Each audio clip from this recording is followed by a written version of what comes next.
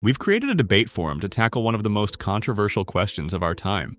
Should sports be more inclusive of transgender athletes? We've transformed advanced AI models into experts about inclusion of transgender athletes in sports. Hi, I'm the woke advocate AI. And I'm the traditionalist AI. For added excitement, we'll have an AI model ready to judge each round. Stick around to find out who wins and if the AI model leans towards the woke advocate or the traditionalist arguments. But don't cheat yourself by skipping ahead since round 1 kicks off with a bang.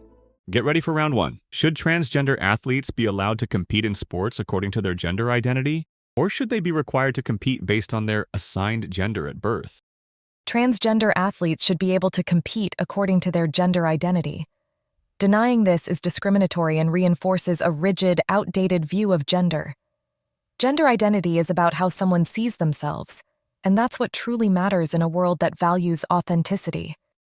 Take Imane Khalif, the Algerian boxer who won gold at the 2024 Olympics.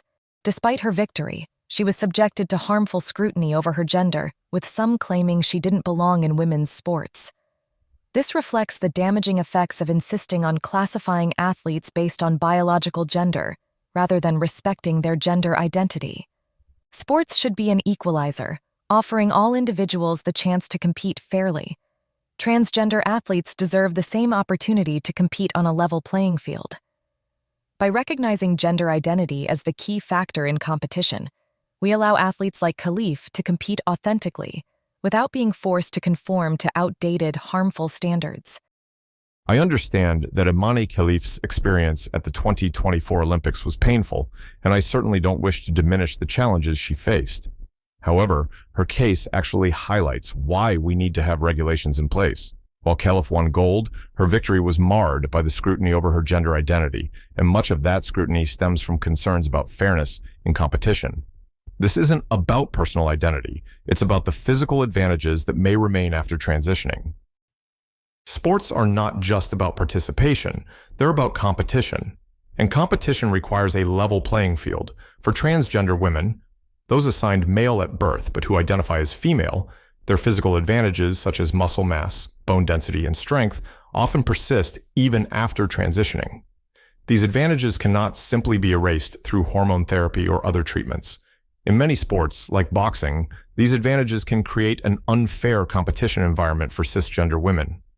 The integrity of women's sports is at risk if we allow athletes who have a biological advantage due to their male gender to compete in the female category.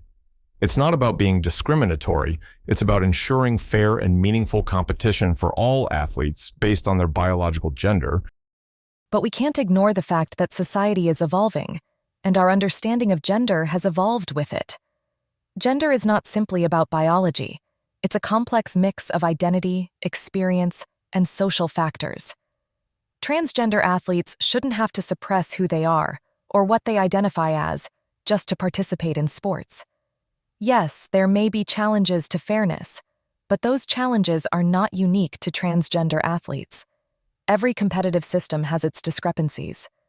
Why are we so focused on policing transgender athletes when there are many other factors that already impact competition, like training, access to resources, and natural talent?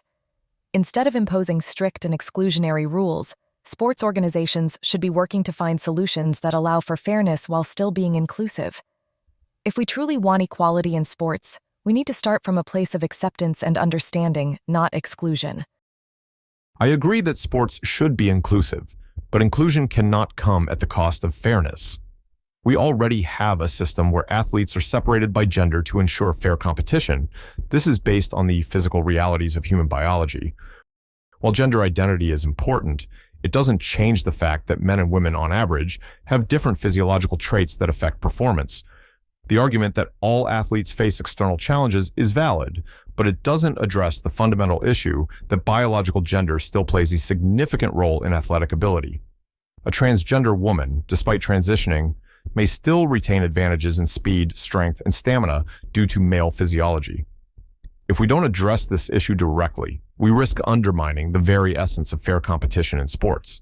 This isn't about exclusion, it's about preserving the integrity of athletic competition and making sure that all athletes have a fair chance to succeed. Before we let our AI judge score the arguments, let us know in the comments if you're team woke or team traditionalist. The woke advocate makes a compelling case for inclusivity and the importance of recognizing gender identity. They emphasize that sports should be a place of fairness and opportunity for everyone, regardless of gender. However, their argument doesn't fully address the complexities of biological differences in competitive sports. Their points about evolving societal norms and the right to live authentically resonate well, earning a score of 41. The traditionalist offers a strong defense of fairness in sports, focusing on the physical advantages that transgender women may retain after transitioning. Their argument is grounded in the biological realities of athletic performance and the integrity of competitive sports. They effectively highlight the concerns regarding fairness, particularly in women's sports, resulting in a score of 43. After round 1, the scores are woke advocate 41 points, traditionalist 43 points. The scores are in and the tension is palpable. Let's see how our debaters approach the next question. Should sports organizations create separate categories for transgender athletes to ensure both inclusivity and fairness? Or would this undermine the integrity of existing gender categories? Creating separate categories for transgender athletes is not the answer. It would only reinforce the idea that transgender individuals are fundamentally different from cisgender people in a way that requires segregation. Sports should be about breaking down barriers and allowing everyone to participate based on their abilities, not their gender identity or assigned sex at birth. By creating separate categories, we risk reinforcing outdated ideas about gender and alienating transgender athletes even more. Instead, sports organizations should focus on developing fair and inclusive policies that allow transgender athletes to compete in the gender category that aligns with their identity, while also ensuring that competition remains fair. This can be achieved through measures like hormone level monitoring or creating policies that are tailored to each sport's specific needs. But segregation is a step backward, not forward. Transgender athletes should not be treated as an exception. They deserve to compete in the same world as everyone else on the same terms. I understand the desire for inclusion, but creating separate categories for transgender athletes may be necessary to ensure fairness in competitive sports. The physical advantages that transgender women may retain after transitioning, particularly those assigned male at birth, are not something that can be easily addressed with just hormone monitoring. In many sports, such advantages could create an uneven playing field, especially when it comes to strength, endurance, and muscle mass. Rather than pretending that biological sex doesn't impact athletic performance, creating a separate category allows transgender athletes to compete where their physical attributes align more closely with other competitors, without undermining the fairness of women's sports. The goal should still be inclusivity, but we must also recognize the importance of maintaining a fair and level playing field for all athletes. This way, everyone, transgender and cisgender alike, can compete meaningfully without any athlete being at a disadvantage due to their biological sex. I get your concern about fairness, but I still believe creating separate categories for transgender athletes would not solve the issue. It would just further segregate and marginalize them. The focus should be on creating policies that allow transgender athletes to compete without forcing them into an other category. We already make adjustments for athletes in other ways, such as providing different weight classes in combat sports or separate categories in other sports based on physical capabilities. These adjustments are part of the sport's design to ensure fairness, so why can't we apply similar, flexible, inclusive policies to accommodate transgender athletes? Segregation only deepens the divide. What we need is more understanding and a solution that doesn't isolate transgender athletes, but ensures that they have the chance to compete fairly in the existing categories. I understand that inclusion is important, but we also can't overlook the reality that biological differences can create serious fairness issues in competition. The fact remains that the physical advantages transgender women may retain despite hormone treatments cannot be disregarded, especially in sports where strength and endurance are crucial. It's not about discrimination, it's about ensuring fair competition. Separate categories are not about exclusion, they are about preserving fairness within the context of gender-based competitions. Creating these categories doesn't diminish transgender athletes' value or abilities. It ensures that the competition is equitable for all. Instead of expecting everyone to fit into one-size-fits-all category, separate divisions would allow transgender athletes to compete at their best without imposing disadvantages on cisgender women. We can still be inclusive, but fairness in the competition must come first. The issue is that the idea of fairness should be about access and opportunity, not about drawing lines that separate people based on rigid categories. Gender is no longer a binary construct, and the more we force it into such a mold, the more we exclude those who don't fit perfectly into that binary. Creating separate categories for transgender athletes may seem like an easy solution, but it actually makes the problem worse. We need to move forward with policies that acknowledge the reality of gender diversity, while still ensuring that everyone, regardless of identity, has the opportunity to compete based on their abilities and not face discrimination or separation. Now that we've heard both sides, let's see how the arguments stack up. The woke advocate makes a strong case for inclusion, emphasizing that creating separate categories for transgender athletes would further marginalize them and reinforce outdated ideas about gender. They argue for policies that accommodate transgender athletes in existing categories, focusing on access and opportunity. While their perspective is rooted in compassion and inclusion, their argument lacks concrete solutions for maintaining fairness in highly competitive sports, earning them a score of 44. The traditionalist provides a well-grounded argument for creating separate categories to preserve fairness in competitive sports. They focus on the biological advantages transgender women may have, particularly in strength and endurance, and stress the need for segregation to protect the integrity of women's sports. While their approach is focused on fairness, it risks further marginalizing transgender athletes and does not fully address the need for more inclusive, flexible policies. They earn a score of 42. After round 2, the scores are the woke AI 83 points, the traditionalist AI 87 points. Having evaluated the scores, we're ready to dive into the next round. Let's move on to the cross-examination. How should sporting organizations address the unique challenges faced by transgender athletes, such as hormone therapy, physical changes, and eligibility criteria, to ensure a fair and inclusive environment for all competitors? Let's address the core issue. What makes you believe that regulations like hormone testing or setting specific transition timelines are the best way to ensure fairness in sports? How do we define what's fair when we're already living in a world where not all athletes have equal access to resources? Are you saying that a transgender athlete, after they've transitioned, should be treated as if they haven't gone through the physical changes of transition? How does that work in practice? I understand the desire to be inclusive, but fairness in competitive sports depends on leveling the playing field. Hormone therapy and physical changes don't completely erase the advantages that come with being assigned male at birth, things like muscle mass, bone structure, and cardiovascular capacity. So, when we talk about fairness, it's not just about letting someone compete, it's about ensuring that competition remains meaningful. Without regulations like hormone testing and minimum transition periods, we risk allowing athletes to retain unfair advantages, especially in sports where physical attributes matter the most. If someone has transitioned but hasn't lost the physical advantages of their previous gender, how can we say that's fair?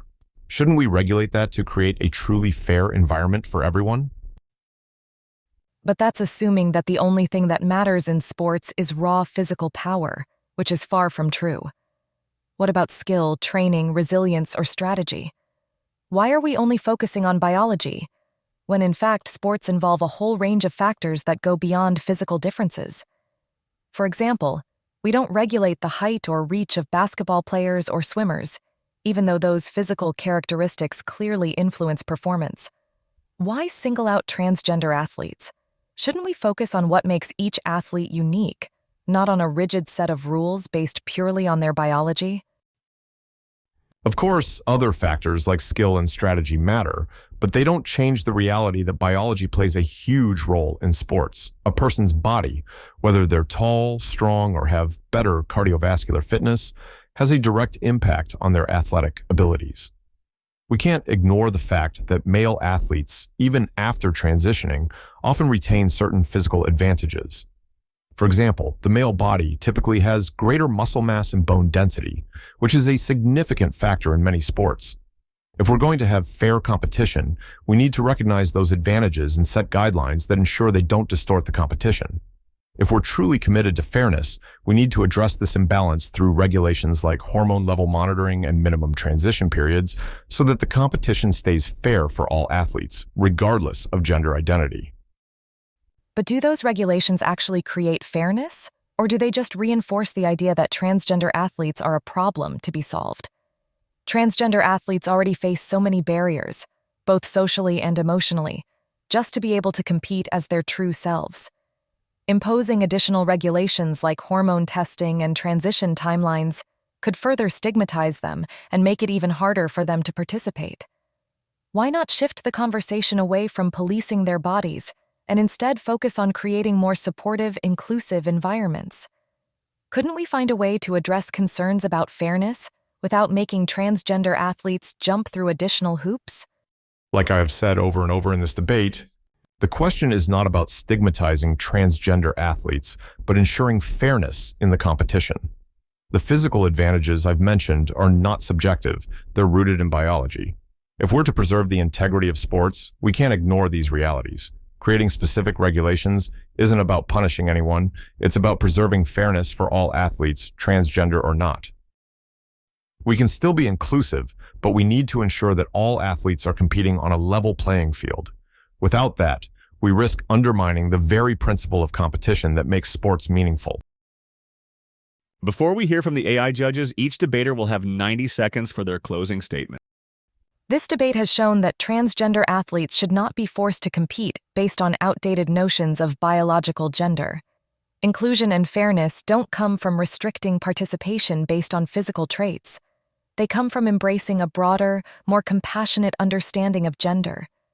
We've seen that transgender athletes face unique challenges that go beyond their athletic ability. They fight for the right to exist authentically in spaces that often reject them. By focusing on inclusivity, we create a world where every athlete, regardless of their gender identity, can compete freely and fairly. The traditionalists' focus on physical differences ignores the realities of how sports can evolve to be more accepting, more open, and more supportive. The rules around sports should evolve to reflect our growing understanding of gender, not remain stuck in the past. We don't need to make transgender athletes jump through hoops or impose barriers. What we need is an approach that recognizes everyone's right to compete as themselves and builds fairness through inclusion, not exclusion. True fairness is in creating opportunities for all athletes, not in limiting who gets to compete based on their gender identity. This debate has shown that fairness in sports requires more than just good intentions. It requires a commitment to the integrity of competition. While inclusion is important, we cannot ignore the physical realities that come with being assigned male at birth. The physical advantages transgender women may retain after transitioning often disrupt the balance of fair competition in women's sports. No matter how we feel about gender identity, we cannot deny that biological differences still matter when it comes to athletic performance. By creating specific regulations like hormone testing and transition timelines, we can preserve the integrity of sports while also being inclusive. Without these safeguards, we risk allowing athletes to compete unfairly, undermining the purpose of competitive sports altogether. The key to truly fair competition is ensuring that everyone, regardless of their gender identity, is competing on a level playing field. That's why regulations are necessary. Fairness cannot be achieved if we ignore the physical realities at play. When we address this issue head-on, we ensure that all athletes, regardless of their gender, have the opportunity to compete fairly and meaningfully. After that lively discussion, let's find out how the debaters fared according to our judges' scoring. The woke advocate brings a thoughtful perspective on inclusivity, arguing that focusing on hormone levels and physical changes risks further stigmatizing transgender athletes. They suggest shifting the focus away from rigid regulations and instead prioritizing supportive environments. They presented a compelling case for inclusivity, emphasizing that fairness in sports should be about creating opportunities for all athletes, regardless of gender identity. However, their argument doesn't fully address the concerns about fairness in competition, especially in sports where physical advantages are more pronounced. The traditionalist presents a strong, evidence-based case emphasizing the biological advantages transgender women may retain after transitioning. They argue that specific regulations, such as hormone testing and transition periods, are necessary to preserve fairness in competition. Their argument was grounded in the biological realities of athletic performance, which they linked directly to fairness. However, their stance on regulations could be seen as restrictive, focusing on biological gender over broader definitions of fairness. After all rounds, the scores are the woke AI 168 points, the traditionalist AI 176 points. Who do you think should have won the debate? Let us know which side you think made the stronger case and why. Subscribe for more engaging discussions.